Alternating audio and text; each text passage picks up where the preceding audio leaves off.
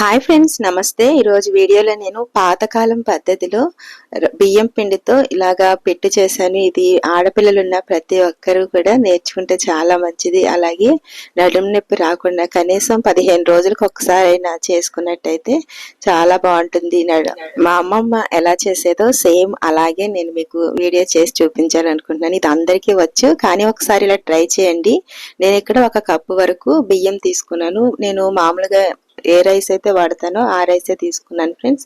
ఒకసారి మనం ఇలా ఫ్రై చేసుకుని పిట్టి చేసుకున్నట్టయితే చాలా బాగుంటుంది, టేస్టీగా కూడా ఉంటుంది. ఇందులో తేమ పోయే వరకు ఇలాగా కలుపుకుంటూ ఉండండి. కొంచెం బ్రౌన్ కలర్ వచ్చే వరకు కలుపుకుంటే సరిపోతుంది. చూడండి, ఇలా అయితే మనకి మిక్సీ పట్టేటప్పుడు కూడా రవ్వ కింద చాలా బాగా వస్తుంది. ఇప్పుడు దీన్ని పక్కన పెట్టుకుని చల్లారిద్దాం. చల్లారిన తర్వాత మిక్సీ పట్టుకోవచ్చు.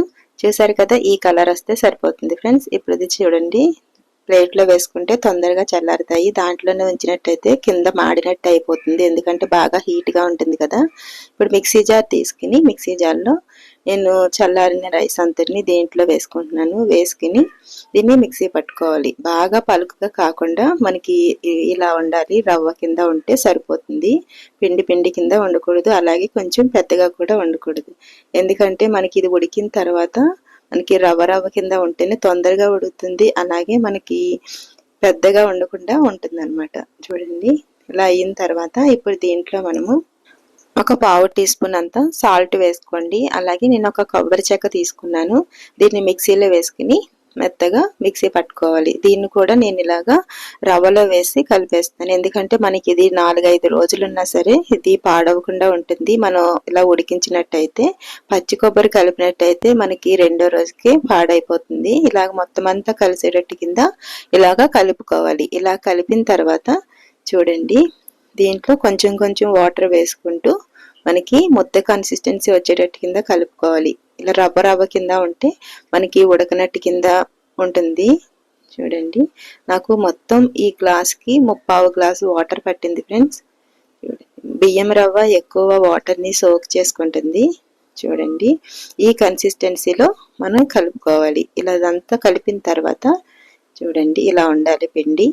ఇలా కలుపుకున్న తర్వాత ఇప్పుడు నేను 1 గిన్నె తీసుకుంటున్నాను. గిన్నెలో 1 లీటర్ వరకు వాటర్ వేసుకోండి. వాటర్ వేసుకున్న తర్వాత నేను దీనికి ఇలా ఒక కర్చీఫ్ కట్టుకుంటున్నాను. మీ దగ్గర ఏ క్లాత్ అయినా కట్టుకోవచ్చు. ఇలా వేసిన తర్వాత ఒకటి ఏదైనా తీసుకుని దీన్ని ఇలాగా కట్టుకోవాలి. ఇలా కట్టిన తర్వాత ఇప్పుడు మనం వాటర్ వేసి కలిపి పెట్టుకున్నాం కదా, ఈ బియ్యం రవ్వ అంతటిని దీంట్లో ఇలాగా వేసుకోవాలి.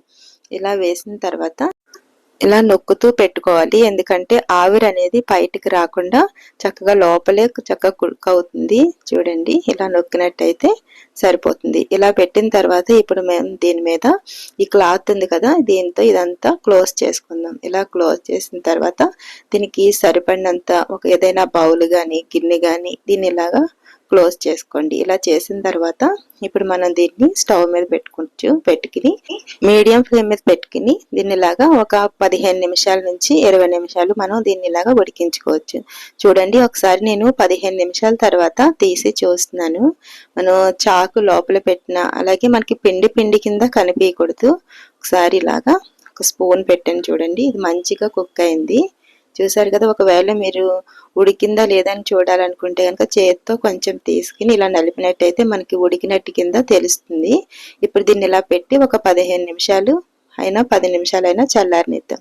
ఇలా చల్లారిన తర్వాత ఒక ప్లేట్లోకి వేసుకుని ఇలా వేడిగా ఉన్నప్పుడే నేను ఇక్కడ 3/4 కప్పు బెల్లం తీసుకున్నాను ఫ్రెండ్స్. 3/4 కప్పు బెల్లం నాకు సరిపోయింది. ఒకవేళ మీకు ఇంకా స్వీట్ కావాలనుకుంటే కనుక ఇంకొక 1/4 కప్పు అయినా వేసుకోవచ్చు.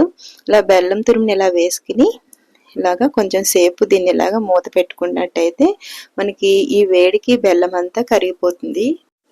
చూడండి, బెల్లం చక్కగా కరిగింది. ఇప్పుడు దీంట్లో నేను ఇక్కడ ఒక 2 నుంచి 3 స్పూన్ల వరకు నెయ్యి వేసుకోండి. నెయ్యి వేసుకుంటే బాగుంటుంది. నేను ఇక్కడ ఏం డ్రై ఫ్రూట్స్ కానీ ఏమి వేయట్లేదు. పాతకాలం పద్ధతిలో అయితే ఇలాచీ కానీ డ్రై ఫ్రూట్స్ కానీ ఏమి వేసేవారు కాదు, ఇప్పుడంటే వేసుకుంటున్నారు. కానీ ఇలా చేసి చూడండి, చాలా బాగుంటుంది, న్యాచురల్గా ఉంటుంది. అలాగే మనకి ఏ వర్కింగ్ ఉమెన్స్‌కైనా, అలాగే నడుము నొప్పితో బాధపడే వారికైనా ఒక్కసారి ఇలా ట్రై చేసి చూసారంటే మీకు నడుము నొప్పి నుంచి చాలా బావుంటుంది ఫ్రెండ్స్. చిన్నవారి నుంచి పెద్దవారి వరకు ఎవరికైనా సరే ఇది చాలా బలమైనది. ఒకసారి మీరు కూడా ట్రై చేయండి.